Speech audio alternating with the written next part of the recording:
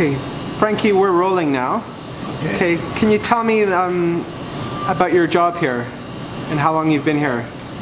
I've been here 3 years and 9 months.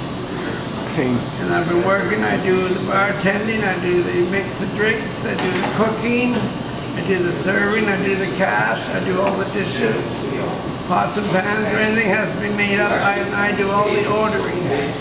Okay, great.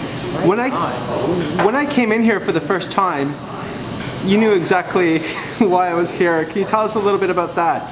Well, I'm just so used to coming in from 1 o'clock to 4, bringing in the telephones and that. Any electronics, I gotta leave them here because they're not allowed to take them into the Don jail. So they leave them all here for $2 each. And we accept them, keep them, put them away, then give them back to them when they come back. Yeah, so I should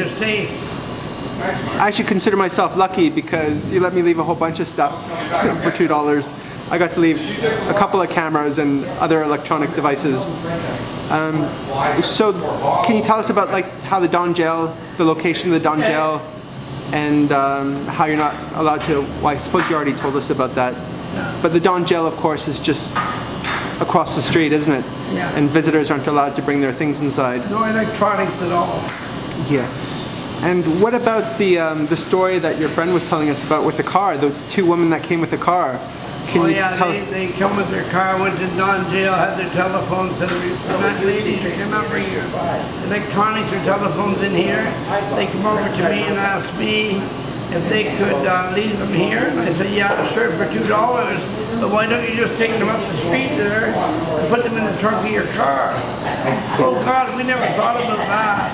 Thanks a lot. Okay. Do you think it's maybe they were just following the instructions from the prison guard? Not thinking. Yeah. Following what they had to say. Yeah, the prison guard. That's funny because the prison guard didn't ask me if because I first arrived with my cameras and he says, no, you can't bring them in. But he didn't suggest to bring them over here, but I kind of like had a look across the street and thought, that looks like a place where I might try to leave them. Most of them do bring them. We usually lock them in the cupboard here.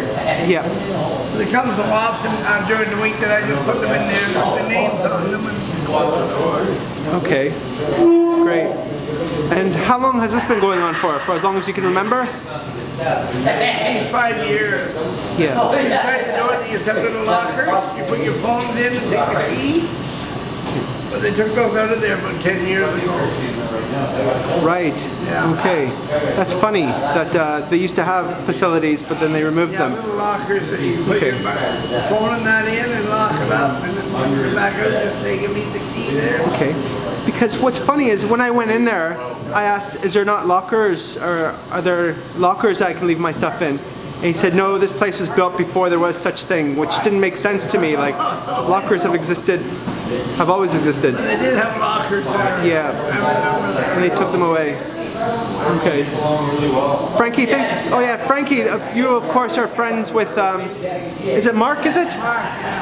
Hello, Mark. How are you? Okay, good. I'm just going to focus. And zoom in. Great. And Mark, how do you know Frankie? How did you first meet Frankie? I actually met Frank. Or Frank. Downtown Church Street. Okay, great.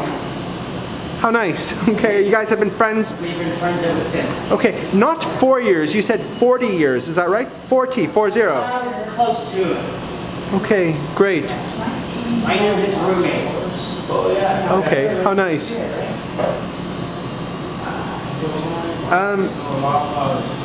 Frank, any last words before I? No, I don't have not much more to say really. Yeah. Okay. Yeah. Maybe I can get a picture of you and Mark together then. How's that? Just one photo.